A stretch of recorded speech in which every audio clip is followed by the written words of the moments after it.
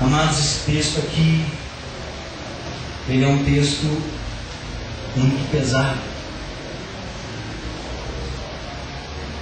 Eu praticamente tenho certeza no coração que você já tem ouvido uma palavra onde já foi ministrado esse texto de Lamentações, onde o profeta Jeremias, o profeta chorando,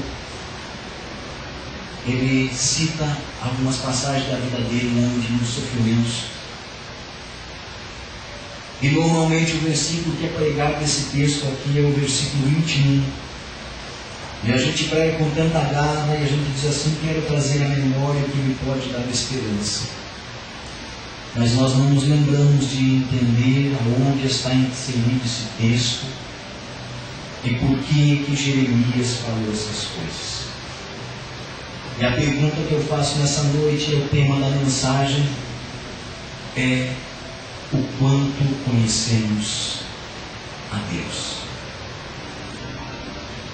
O quanto nós conhecemos a Deus? Amados, via de regra, nós temos sido ministrados, e aqui nessa noite, graças a Deus,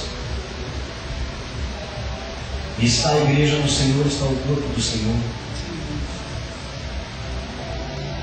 E para alívio do meu coração, não há nenhum visitante aqui nessa noite. Havia uma família que tinha dito que estaria aqui nessa noite. Como tem acontecido com vocês também. A gente convida, a gente mantém contatos, e as pessoas olham, pode contar que eu vou estragar. Mas Deus faz todas as coisas. Mas eu digo para alívio do meu coração, porque essa palavra que Deus tem para hoje, para nós, amados, é muito pesada.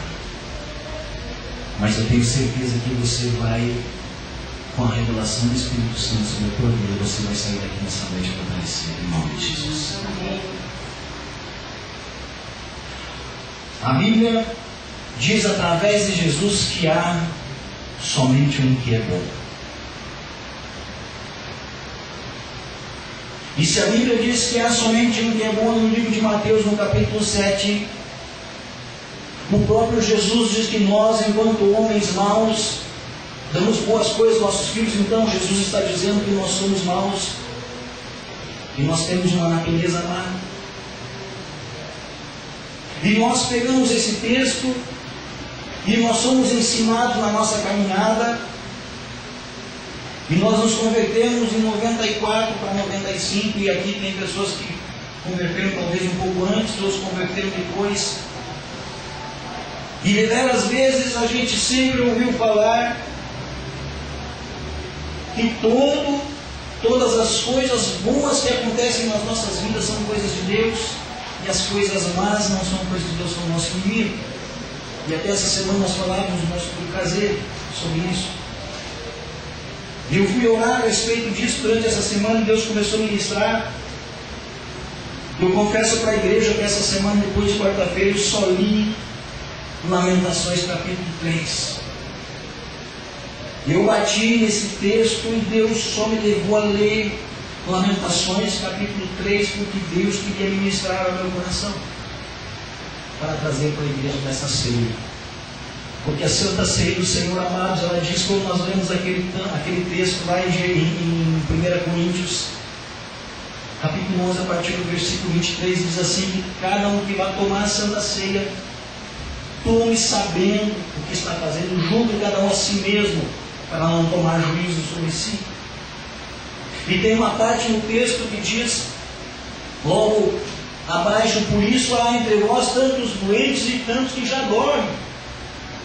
E eu confesso a vocês que, enquanto pastor, muitas vezes eu passei a mão por cima de vidas, e muitas vezes em Santa Ceia mesmo, amados, eu não li até ali, vocês são testemunhas, que eu parava de ler no versículo anterior, porque pesava no meu coração, amados, aquele texto que diz que aquele que toma sem discernir o corpo, ele chama juízo para si, e logo abaixo diz que por isso há enfermidade sobre vós. E eu ouvi desde o início da minha conversão que quem lançava a enfermidade era o diabo.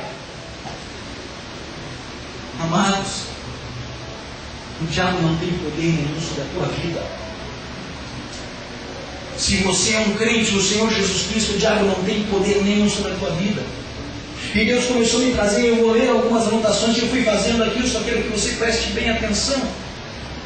A Bíblia diz através de Jesus que só há um que é bom Deus. Então, como explicar as palavras do profeta Jeremias que diz que tanto o mal quanto o bem procede de Deus? Isso está em Jeremias, esse texto que nós vemos aqui em Lamentações, capítulo 3, versículo 38. E quando Jó fala para sua esposa sobre aceitar o bem e o mal que vem de Deus, ele diz assim: tu pareces uma tola, porque ela diz assim: blasfema contra este Deus, porque Jó já havia perdido tudo que ele tinha, havia perdido os filhos, havia perdido os bens, e estava ali apenas uma enfermidade que na cabeça dele ia para a morte da mulher dele. Chega para Jó e diz assim: Jó, amaldiçoe-se teu Deus e morre. E Jó diz assim para ela: tu és uma tola. Receberíamos nós o bem de Deus e não receberíamos o mal. Então Jó sabia que o mal também procedia de Deus. E Oséias, que diz, amados, o meu povo se perde por falta de conhecimento, lá em Oséias capítulo 4, versículo 6. E o mesmo Oséias também diz que não basta um conhecimento superficial de Deus, mas que precisamos continuar a conhecê-lo. Em Oséias capítulo 6, versículo 3 está escrito: conheçamos a Deus e prossigamos a conhecê-lo, porque a sua vinda é certa, como a chuva será hoje que vem pela manhã. Ele diz: não adianta nós conhecermos um Deus, e é isso que eu quero trazer nessa noite para a igreja. Eu quero dizer para você, amado, durante muito tempo, eu e você aprendemos uma coisa, e quando nós pedimos para as pessoas: você é salvo? E as pessoas diziam: sim, eu sou salvo, porque um dia confessei Jesus no meu coração, e a gente dizia que isso basta. A Bíblia diz que isso não basta. A Bíblia diz que é preciso conhecer a Deus e prosseguir conhecê-lo a cada dia. E não tem como andar na presença de Deus se nós não estivermos buscando a santidade, amados.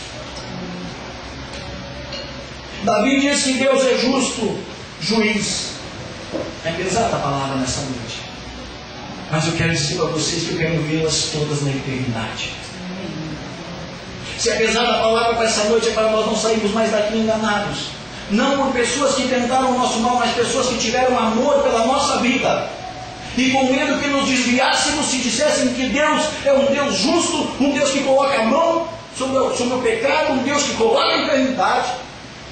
E essas pessoas, por amor a nós, para não nos vermos desviados, essas pessoas disseram: não, Deus é bom. Amados, nós que somos pais aqui, nós sabemos quantas vezes é necessário dizer não para os nossos filhos. E quantas vezes foi necessário usar a vara para corrigir nossos filhos. Davi diz que Deus é justo juiz. E é daqui que precisamos pedir. E é daqui que precisamos partir para procurar entender e conhecer um pouco mais a Deus. Se Ele é um justo juiz. Um justo juiz toma atitudes que para um será boa e para outras pessoas será má.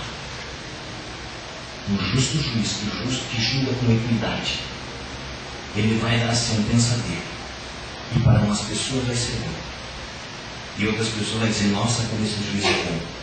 Mas outras pessoas vão dizer: nossa, que juiz mau.